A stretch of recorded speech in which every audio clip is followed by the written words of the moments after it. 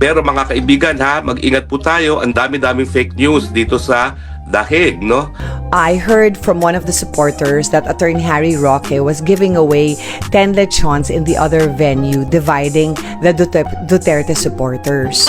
Kung sa Pilipinas ay patuloy ang pagnginggit-ngit ng mga Filipino sa sunod-sunod na pagbubulgar ng katiwalian sa flood control, dumako naman tayo sa Keeping Up with the Dutay episode sa The Hague, kung saan tila patuloy ang pagkawatak-watak ng mga panatiko ni Digongyo. I really wanted to call Attorney Harry Roque that time, but I wasn't able to because I didn't have any Wi-Fi. I forgot my Big Sky Travel Wi-Fi that time. Tila lumalalim ang hidwaan ng mga DDS sa The Hague, mismong mga kulto ng mga Duterte ang nagkakalat doon.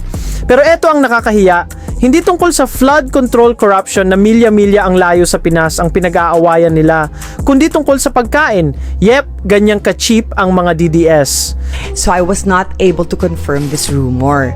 Before going on stage, I was already advised by Aldo and Alvin not to mention this on stage. But while on stage, I really don't know why, but the rumor kept persisting on my head. Naalala nyo ba yung viral na bangayan ni na Harry Roque at ilang DDS vloggers sa The Hague? Well, ngayon daw ay nag-aaway na naman sila dahil sa 10 lechon. My only fault is I mentioned pa the 10 lechons and everything. Nakakatawa, di ba? They're always beefing about food. Gutom ba lagi o talagang dead hungry lang lagi ang mga DDS? Pero mukhang nagkaayos na raw sila. Kasi nga naman, lalo lang silang nagmumukhang kahiya-hiya sa mata ng mga Pilipino. Hindi lang sa Pinas, kundi sa buong mundo. Kaya ito si actress na DDS na si Miss Giselle Sanchez na humingi ng tawad kay Harry Roque dahil medyo na-isplok ang away tungkol sa 10 lechon. Which was only a rumor. So, number one, he did not donate the lechons. It was donated by Aleth Salumbre. And number two, he is just seeking asylum and has no plans of dividing the Filipinos.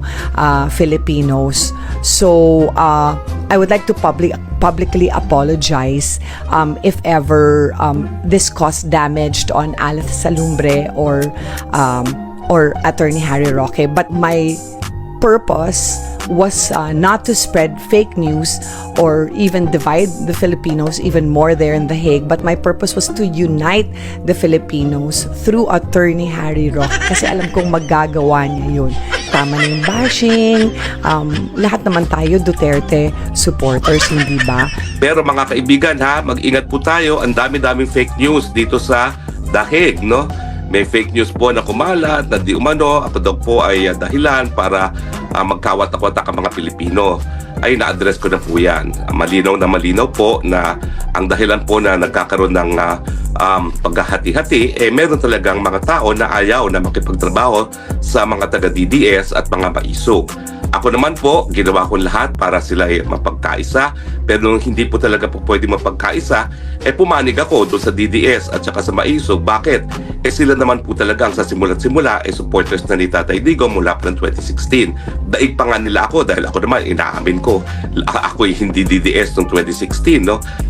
Nagpapasalamat ako doon sa isang celebrity na nag-apologize, nag-public apology. I think that makes her really a person to be respected, no, na umaamin sa pagkakamali.